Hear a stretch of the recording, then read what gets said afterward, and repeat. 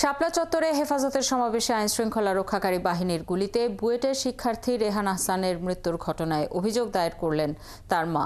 আন্তর্জাতিক অপরাধ ট্রাইব্যুনালে দায়ের করা অভিযোগে শেখ হাসিনা সহ ৪৪ জনকে আসামি করা হয়েছে।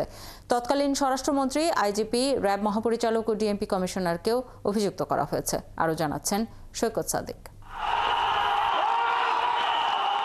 ২০১৩ সালের ৫ মে হেফাজতের সমাবেশে গিয়ে বুলেটের আঘাতে মারা যান বুয়েটের কম্পিউটার সায়েন্স ও ইঞ্জিনিয়ারিং বিভাগের শিক্ষার্থী রেহান আহসান। সে বছরের ৬ মে ঢাকা মেডিকেল কলেজের হাসপাতালের মর্গে সন্তানের লাশ শনাক্ত করেন তার মা।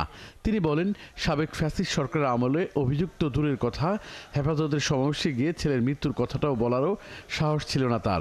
আমার ছেলে যে হেফাজতের আন্দোলনে মারা গেছে, এই হেফাজতের আন্দোলনের কথাটা আমি বলতে পারি নাই। একটা অ্যাক্সিডেন্টে মারা গেছে। কি অ্যাক্সিডেন্ট? প্রশ্নবোধক চিহ্ন। বলতে পারি নাই। টপ টপ করে রক্ত ঝরছিল, নিঃশ্বাস। সেই দেহটা পড়েছিল একটা খুব সংকীর্ণ একটা স্ট্রেচারে। আমার ছেলে অনেক লম্বা ছিল, স্বাস্থ্য ভালো ছিল, স্ট্রেচারে তার জায়গা হচ্ছিল না। তিনি অভিযোগ করেন, তখন ছেলের পোস্টমর্টেম রিপোর্টও পাননি। ছেলের শোকের পরের বছর তার বাবাও মারা যান।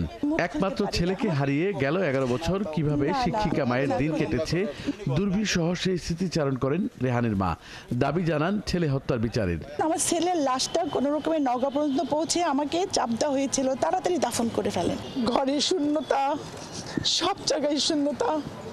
একটা আনন্দে রেহানকে খুঁজে পাই না, একটা কষ্টে খুঁজে পাই না। গণহত্যা ও মানবতা বিরোধী অপরাধের অভিযোগে প্রতি আওয়ামী লীগ সরকারের সাবেক প্রধানমন্ত্রী শেখ হাসিনা সহ ৪৪ জনের বিরুদ্ধে এই অভিযোগ দায়ের করা হয়েছে বলে জানান তার আইনজীবী।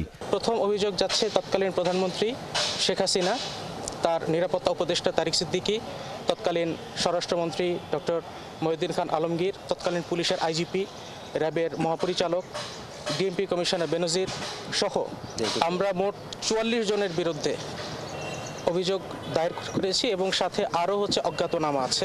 ২৩ বছর বয়সী বুয়েটের এই শিক্ষার্থী হেফাজতের রাজনীতির সঙ্গে যুক্ত না থাকলেও তাদের কর্মসূচি সমর্থন করতেন বলে জানান রেহানের মা ও তার আইনজীবী। সৈকত সাদিক, ৭১, ঢাকা।